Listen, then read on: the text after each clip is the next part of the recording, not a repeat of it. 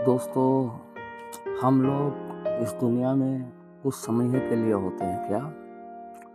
ये धन दौलत, बड़ा बड़ा घर, ज़मीन जायदाद, मैंने तो आज तक देखा है मेरी उम्र में कोई भी ऐसा शख्स नहीं है, ऐसा इंसान नहीं है जो अपने साथ में दुनियाई साजो सामान लेके गया हो। चाहे उसमें बंगला आ जाए, घर आ जाए, गाड़ी आ जाए, प्रॉपर्टी आ जाए, बैंक बैलेंस आ जाए, मैंने किसी को ले जाते हुए नहीं देखा। और हकीकत भी यही है, किताबें भी हमें यही सिखाती है, बड़ों से भी हम सुनते आते हैं, समझते आते हैं।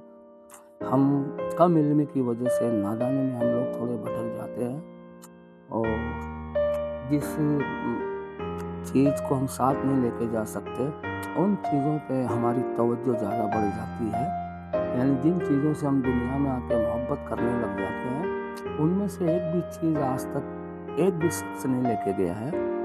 कहीं पे भी नज़र नहीं आया कि कोई शख्स लेके गया हो। यहाँ तक कि प्रॉपर्टी के खाली कागजात भी अंदर नहीं लेके गया हो, कुछ नहीं लेके जाता, यहाँ का यहीं पे छोड़ देता है क्या सब चीज़। जबकि हम लेके भी जाते हैं, उन चीज़ों पे हमारी तवज्जो कम हो जाती है। जैसे इंसान के अच्छे कर्म, अच्छे आमाल, उसकी अच्छी नेकियां, लोगों के साथ अच्छा बर्ताव, यानी लोगों के साथ प्रेम, अच्छे अखलाक से बात करना, कोई धार्मिक काम करना, पुण्य का काम करना, किसी की खिदमत करना, किसी की मदद करना, ये सब चीज़ें, इसमें हज़ारों चीज़ें आ जाती है, आप लोग समझते हो। और मैं जो भी बोलता हूँ उन बातों से आप लोग भी वाकिफ़ हो, लेकिन फिर भी हम लोग इस बात को कर लेते हैं, दोहरा लेते हैं। अच्छा है क्या? इंसान उन चीज़ों के पीछे भाग के अपनी ज़िंदगी का एंड कर देता है, जिनमें से एक भी चीज़ वो अपने साथ ले जाने में कामयाब नहीं होता है क्या? और जिन चीज़ों को साथ में लेके जा सकता है, उसको फुल ऑथोरिटी इस चीज़ की भी, क्या आप अच्छे काम, अच्छे कर्म, अच्छे आमाल, अच्छी नेकियां ये करके आप साथ भी ले जा सकते हो, पुण्य का काम, धर्म का काम। क्या? लेकिन हम लोग बस इस दुनिया में आके एक माहौल देखते हैं, एक दूसरे को देखते हैं, तो हम लोग जिन चीज़ों को साथ ले जा सकते हैं उसको छोड़ देते हैं, और जिनका कोई भी साथ में जाने का चांस नहीं, उसके पीछे हमारा वक्त ख़राब करते हैं।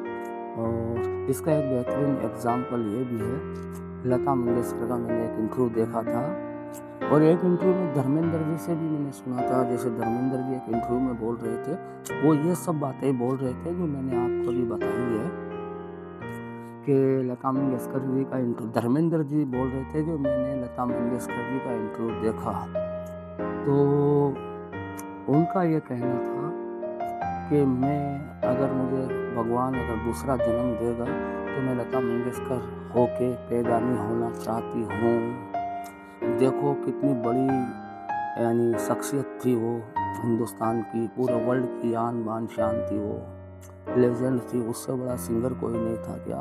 लता दीदी क्या पूरे वर्ल्ड की दीदी थी वो, यानी क्या बात है। और दुनिया की ऐश और आराम थी, हर चीज़ की नेमत थी उसके पास में, किसी चीज़ की कमी नहीं थी। लेकिन वो बोल रही थी कि मुझे अगर दूसरा जन्म भगवान, ईश्वर, अल्लाह परमात्मा गॉड देगा तो मैं कभी भी लता मंगेशकर बन के दुनिया में दूसरा जन्म लेना नहीं चाहती हूँ। मैं एक सादा ज़िंदगी जीना चाहती हूँ, जैसे आम लोग जीते न, कि उस तरीके की ज़िंदगी, यह उनका तजर्बा था।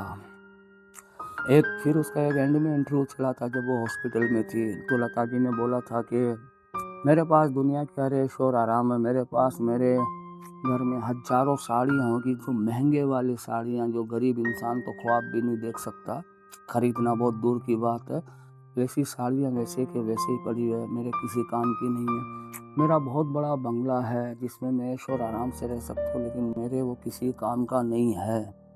दूसरी बात उन्होंने ये भी बोला था कि मेरे पास अच्छी से महंगी गाड़ियाँ एक भी नहीं है, 10-10, 12-12 गाड़ियाँ क्या, लेकिन मेरे किसी काम की नहीं है। वो घर भी मेरे किसी काम का नहीं है, ये गाड़ियाँ भी किसी काम की नहीं है। मुझे सिर्फ इस हॉस्पिटल के बेड पे लेटाया हुआ है। मेरे पास बेहतरीन कपड़े होते हुए भी मुझे अस्पताल की, हॉस्पिटल की एक ड्रेस होती है नॉर्मल सी, क्या, ताकि उसमें सोने में, लेटने में, उठने में आसानी हो, ऐसे वाली एक ड्रेस उसको पहनाई हुई है क्या। खाने के नाम पे उसको या तो ग्लूकोज चढ़ा दिया जाता है, या दूध या पानी, कोई ड्रिप दे दिया जाता है, और उसको 3 टाइम, शायद आखिरी टाइम में तो उसको शायद 3 टाइम सिर्फ गोलियों से गुजारा करना था। तो इतनी बड़ी बड़ी शख्सियतों ने एंड में यही बोला है कि कुछ भी साथ जाने वाला नहीं है। तो दोस्तों, हमारे पास कुछ हो ना हो, हमें आज को बहुत बेहतरीन तरीके से गुजारना चाहिए और हमारी बातों से जो यंग यूथ है उनको भी एक मैसेज जाना चाहिए कि भाई इंसानियत को ज़्यादा ज़िंदा रखो, क्योंकि ये चीज़ वो है जिससे इंसान वक्त से पहले दुनिया छोड़ देता है, घुटन हो जाती है, परेशान हो जाता है। तो मैंने एक लता जी का एग्जाम्पल आपको दिया है। अच्छा लगे तो कमेंट करें, शेयर करें वीडियो को ज़्यादा से ज़्यादा लोगों तक, ताकि हमारे बोलने से किसी एक भाई को भी समझ आए तो अच्छी बात है। ठीक है दोस्तों, सलाम, नमस्ते, जिंदाबाद।